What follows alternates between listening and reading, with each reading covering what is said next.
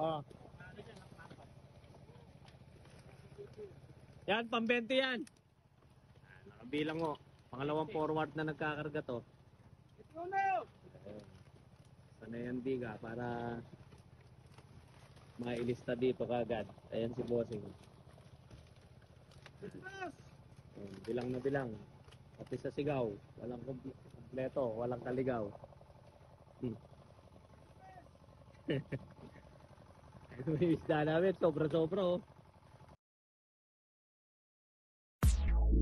May natapos. Pero tingnan mo. Nagkatagpo-tagpo kami sa ano. Andyan yung huling truck na nagkarga.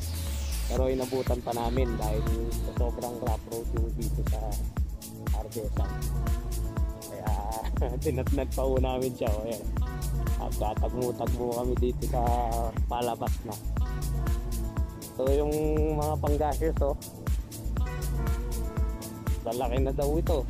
Halos mag-isang taon na rin kasi naman yan.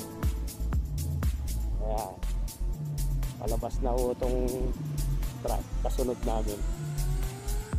Ako yung pinakauli. Wala pa yung mga ibang motor niyan. Paggabi na rin. Kaya buti na lang maaliwalas na panahon. Hindi na kukuhang nabasa itong ano dahil lumintik kanina.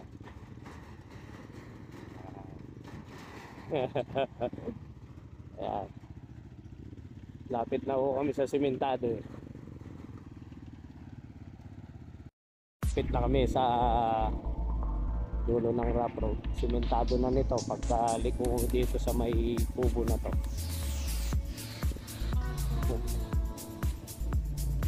Para kami nagpo-position sa bagal eh.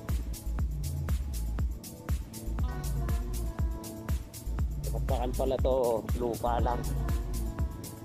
Para hindi lang umalog yung sasakyan sa sobrang lalim ng hukay. Yan. So pagkatapos dito, sementado na. Rin na rin sa likod.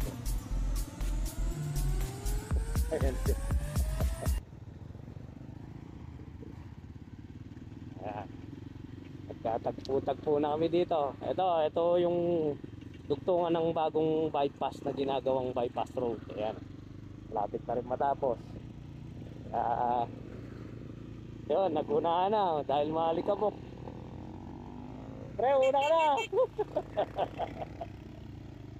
Ayan, nasa simentado na kami. Okay na nito. Gagawin na rin ako sa bahay nito. Pauwi. Hey, ingat sa biyahe! Go, go, go! Ayan ah.